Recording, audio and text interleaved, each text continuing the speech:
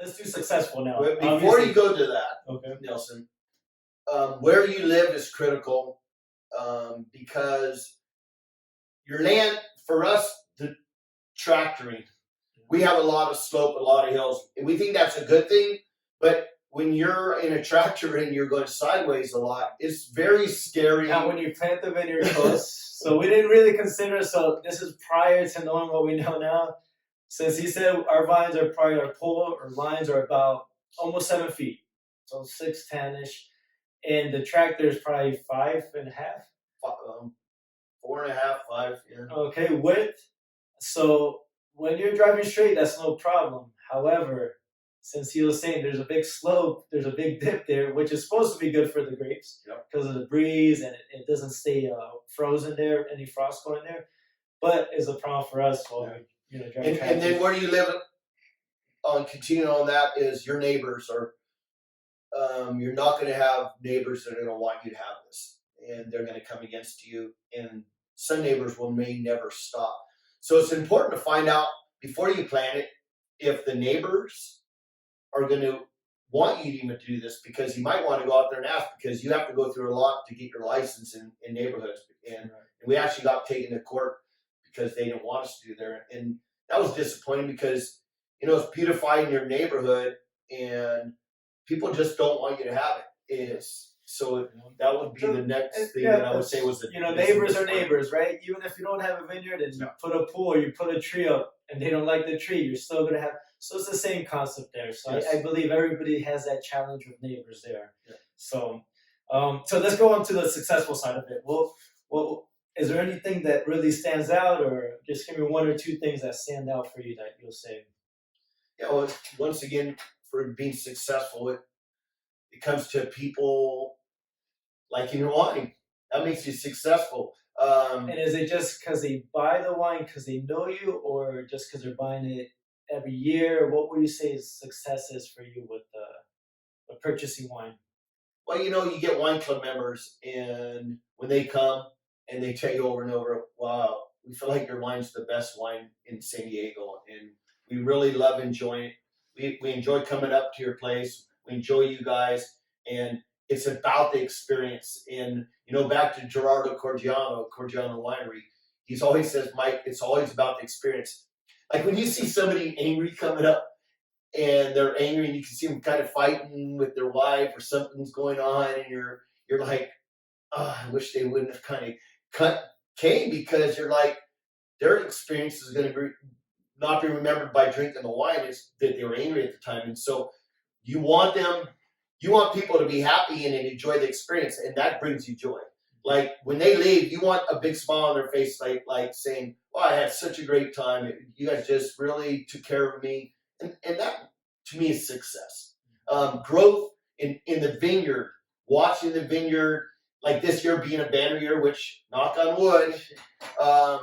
Again, the success of learning the things we've learned, and you think about the way the plants have grown and some of the stuff that we put on the plants, that they just look so much stronger. Our Pinot Noir, like we're the only one that we know of. I think somebody just planted another Pinot Noir, but we're the only one that ever had Pinot Noir. We're told that we can't grow Pinot Noir, and it actually grows well here. And the grapes we're thinking about, we've never seen so many grapes on our Pinot Noir, and we're like, what are we going to do? We're going to run out of room because we're going to end up with.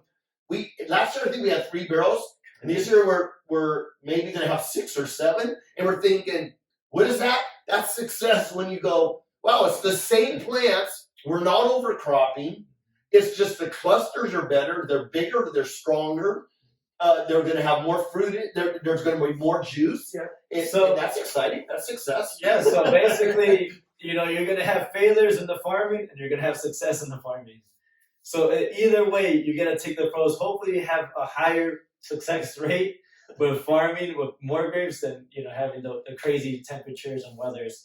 So let's give a quick shout out to obviously the sponsor, Castelli Family Vineyards. Make sure you check out their website, castellifamilyvineyards.com. Go to Facebook, Twitter, Instagram, TikTok. There's some great videos of Mike here doing some good stuff with the bottles. And, at the end of the day, Castelli Family Vineyards is where you can taste the love of the wine. Another question that I always get is, everybody wants to live on a winery, or I guess that's different than owning, but they kind of want to have their own label. Is that something possible? Can anybody be a wine owner? I say no. Okay, no. What's the reasoning behind that? Kind of some of the reasons we went by. Do you have that mentality? Number one, if you're not willing to work, like when I started doing this, it was 40 hours a week on top of my job. And I knew after a few years of doing that, I needed somebody else. And Nelson came to me and said, hey, I can help you do this. And I was relieved because I said, I really, on 3,000 plants, I can't do this alone anymore. I can't run my business. Well, still, two people can't really do 3,000 plants. No, now we've been hiring people. But we've been working with it, So are you willing to do that? And are you willing to put a lot of energy into that? A lot of people want to do it as their retirement. And some people are doing that because that keeps them busy all the time. Those are the people. And it's funny, a lot of people that engineers do it. So you have to have that kind of thinking, because there's, like, when you're making the wine, you have to really understand the numbers of it. There's a lot of calculations. There's a lot of math. And so if you enjoy that, yes, but if you don't, you may not want to have a winery. So I would say no, it's definitely not for everybody. And then you need money. If you don't have money, side of it, because again, you're going to have long periods of time where, okay, so we started it. It took 3 years. We got some grapes in the third leaf. We call it leaf. And when we got those grapes, we still had to let it sit in a bottle for a while. So just to start, it was 4.5 years before we drank our first bottle. So think about how much money you're going to put into the winery and wait that many years and all the labor that you put in it before you see your first fruits. So I don't think that's for everybody. Because let's say you're 65, you may not get your first bottle till you're 69 and a half. So there's nothing wrong with that. Worth it for you. So you have to make those decisions and really think it through. And then I would say you talk to other wineries, and if you're out tasting wine, get to know the owner and ask them, would you start a winery, and why, or why not? Yeah, just kind of what we're doing. And it could be also, you can just, I usually tell people, hey, just buy some grapes. Buy some grapes. If you have a garage, if you have a dark place in your cellar or anything, and just work on that way, make 5 gallons, 10 gallons, and see how you can make some wine. And have a good time doing it until you make that big jump. Because as soon as you make that jump, there's no going back. And it's going to be just time and money and the finance side of it that you can't get back. We're in the RVVA, and it's association. And when there's new members come, they always say, get up, introduce themselves. And you'll have 2 or 3 people introduce themselves, and they say, why did you get in a winery? And everybody's going, don't do it. They scream, don't do it. And everybody laughs. But we know that once somebody's mind's made up, you're not going to convince them to get out. And they get in, and then they'll be one of the people 2 years later going, why did I do this? And it's kind of, it's funny, but it's just hard work. It's the reality. And this reality is, hey, you're biting off more than you think. It's not an easy business. It's the enjoyment for me is worth it all. But for a lot of people that aren't used to that kind of work, then I would say do not do it. But honestly, it's a dream of most people to own a winery, because as soon as they get into wine, I will say, anytime you talk to any wino, they will say that this is their dream. Waking up in front of a vineyard. Yeah. And think about, for us, we have I have 4 kids, and I have a lot of grandchildren, and our family's up here a lot, and it's kind of nice. Like, they go, you have, I don't know what, 3,500 bottles on the wall in the winery, and you just say, well, what do you want to drink, Dad? Hey, go pick out whatever you want. It's pretty fun. So that's makes it label on there, or for name on there. So there's a huge plus side of it, but it's like everything, success doesn't happen tomorrow. There's a big stage there, just like the big time, even in Amazon's and Microsoft, they just didn't become wealthy yesterday. This is a huge process, and the same with wine. It just takes time, and that was one of the biggest reasons why I started creating life in a wine bottle, because that's just time. And then every time that bottle changes, every year it's going to change a little bit more. So anything else you want to add to that? To being a wine owner? Well, no, I just looking back, do I have a regret that I did it? And I would say no, because um, it really it's an excite. It's every year is exciting, and we look so forward to harvest, don't we? We're like we really Let's look, just see what we did. and the taste of the wine is not identical every year. And the excitement of, for example, we won a double gold. And that was our first year. And Joel Cohen had actually entered it into a contest, Scaredy Cat Ranch, and it was the Finger Lakes contest. And it's 73 sommeliers, master sommeliers that actually taste your wine blind. Have to give a perfect score. And we had 15 of us. 15 of them gave us a perfect score, and all of them had to give us basically, I'd say it's 5 stars, but a 5 on it, and that gave us a gold. So if one person didn't give us a gold, we would have never got a double gold. So all of them had to agree without talking that our wine was a gold. And actually, the Pinot, we believe, put us on the map. Now, as far as Pinots go, we actually I like that Pinot. It's incredible. We still have a few bottles that we save, but I actually like having a bolder Pinot, which almost 15% alcohol that we make. And well, before we move on to that part, because that's down the road, let's go to so we'll talk. So this is the bottle right here that actually won double gold.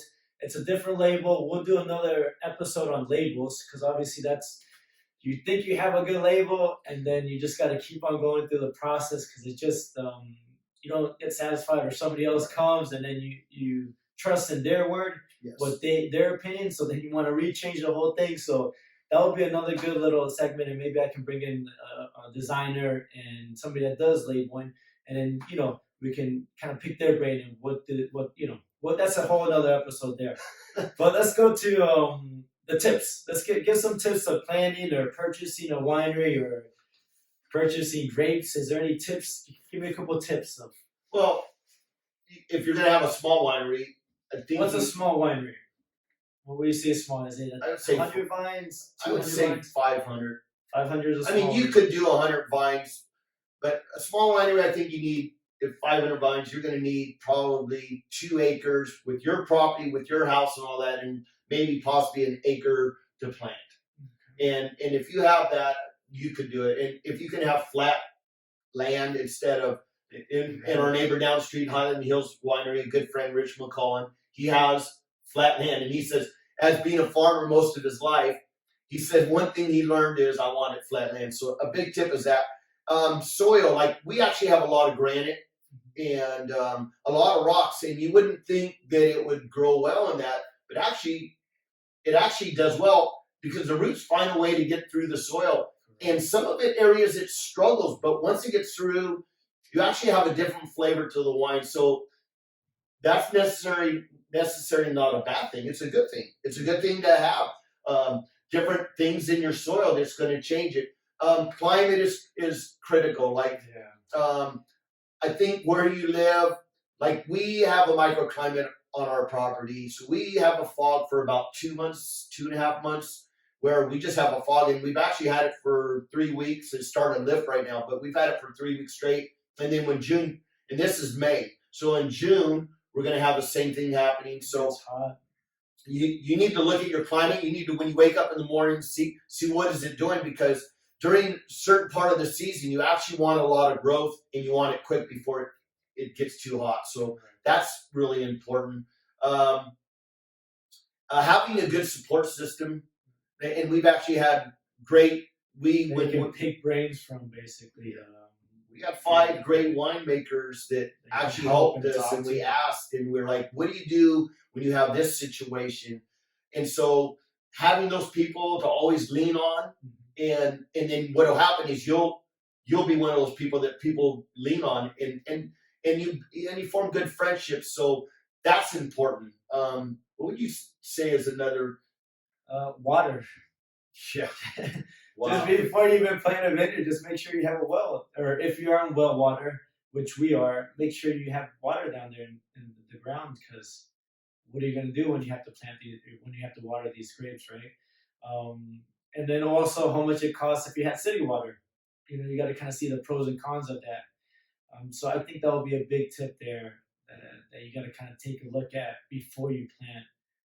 Or if you're thinking of even putting a well, even if you have city water, how much that's going to cost, because that will run you between 30, 40 grand easily, depending how deep you go. So that's great tips there. So what about when a friend or family or customer purchases a bottle of wine? What would you like them to experience? Is there anything that you're going to say, I hope they get A, B, and C, or they're just like, here's the bottle, it is what it is? Well, when they taste their wine, they just go, wow. The flavors, the fruit coming out, the lingering in your mouth.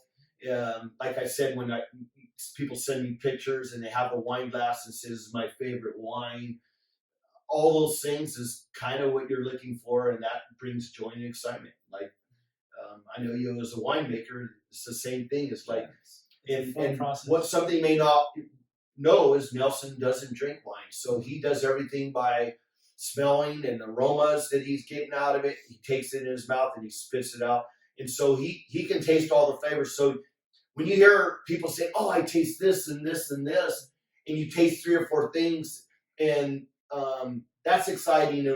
And we like the smell of the oak from the barrel, and we actually are getting down to, which is funny, you learn that you can smell the barrels and which barrel it is. And when people are telling you that, I smell vanilla, and that's kind of from an American oak barrel, and it's toasty, and I love that.